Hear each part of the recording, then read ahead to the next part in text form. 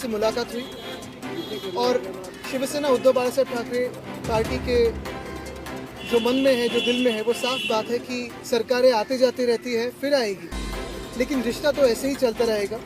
और यही कहने हम आए थे।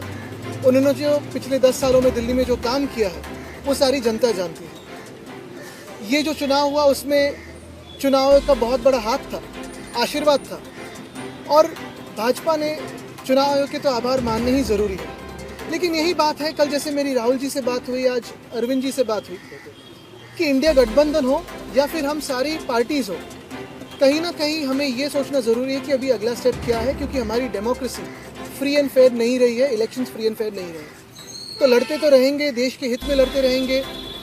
आपकी आवाज़ हो, मीडिया की आवाज़ हो, जनता की आवाज़ हो तो उठाते रहेंगे, और जो भी देश के अच्छे का हो, सड़क पे उतरना हो, लड़ना हो तो लड़ते रहेंगे।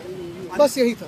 लेकिन आपको नहीं लगता जो आपसी कॉन्फ्लिक्ट था उसका नुकसान भी जो है हुआ है, और दोनों ही पक्षों की देखिए, काफ़ी सारी इसकी एनालिसिस हो सकती है, होगी भी, दोनों पार्टी अपनी अपनी एनालिसिस रखेगी, लेकिन हमारी तरफ से जो रिश्ता है वो रहेगा, जो दोस्ती है वो तो रहेगी। इसके आगे मैं कहना चाहता हूँ कि जो काफ़ी सारी जगहों में वोट्स काटे गए थे, जो वोट्स डिलीट हुए थे, उस पर भी कभी ना कभी विचार करना ज़रूरी है, क्योंकि वो वोटिंग का अधिकार लोगों से छीना गया था, वो चुनाव आयोग ने छीना है, तो उस पर भी विचार विमर्श होना ज़रूरी है। आदित्य जी, क्या इस इशू पे वोटर डिलीशन एडिशन पे आपकी कोई चर्चा हुई दिल्ली महाराष्ट्र दोनों को लेके? देखिए, आज तो कर्टसी कॉल था, आज तो यही कहने आए थे कि रिश्ता तो ये जारी रहेगा।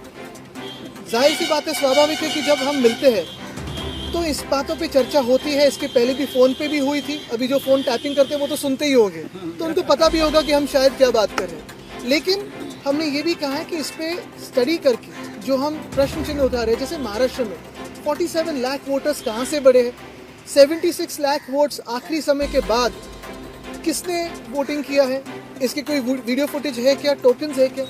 चुनाव आयोग इस पर बात करने के लिए बिल्कुल तैयार नहीं है। और ये सारी बातें अगर आप देखें तो हरियाणा हो, उड़ीसा हो, दिल्ली हो, मध्य प्रदेश हो, महाराष्ट्र हो, सारी जगह कॉमन ये एक पैटर्न दिखने लगा है। तो हमारे देश में आज फ्री एंड फेयर इलेक्शंस होते नहीं है, इसी का ये सबूत है। सर, कैसे टैकल करेंगे सिचुएशन को? अगर आप आरोप इलेक्शन कमीशन पे लगा रहे हैं तो फिर टैकल कैसे करेंगे, क्योंकि वही मेन बॉडी है। तो टैकल करने के लिए तो हम साथ में हैं और लड़ेंगे, क्योंकि ये देश हित की बात है। देखिए, कोई भी चुनाव जीत सकता है, हार सकता है, जीत भी सकता है वापस उसके बाद में, लेकिन फ्री एंड फेयर इलेक्शंस होना जरूरी है। अभी कई चुनाव आने वाले हैं, निगम के कई चुनाव हरियाणा में आम आदमी पार्टी लड़ रही है, आप लोग लड़ रहे हैं, क्या इसे लेकर कोई स्ट्रेटजी? बिल्कुल लड़ते रहेंगे और अपनी अपनी स्ट्रैटेजी सुधारते रहेंगे। वोटर को वोट कटिंग की देखिए, ये चुनाव आयोग के साथ हम चेस का गेम खेल रहे हैं, वो कोई एक तरीका अपना रहे तो हमें उसका एक उत्तर देना पड़ेगा, तो वो खेलते रहेंगे।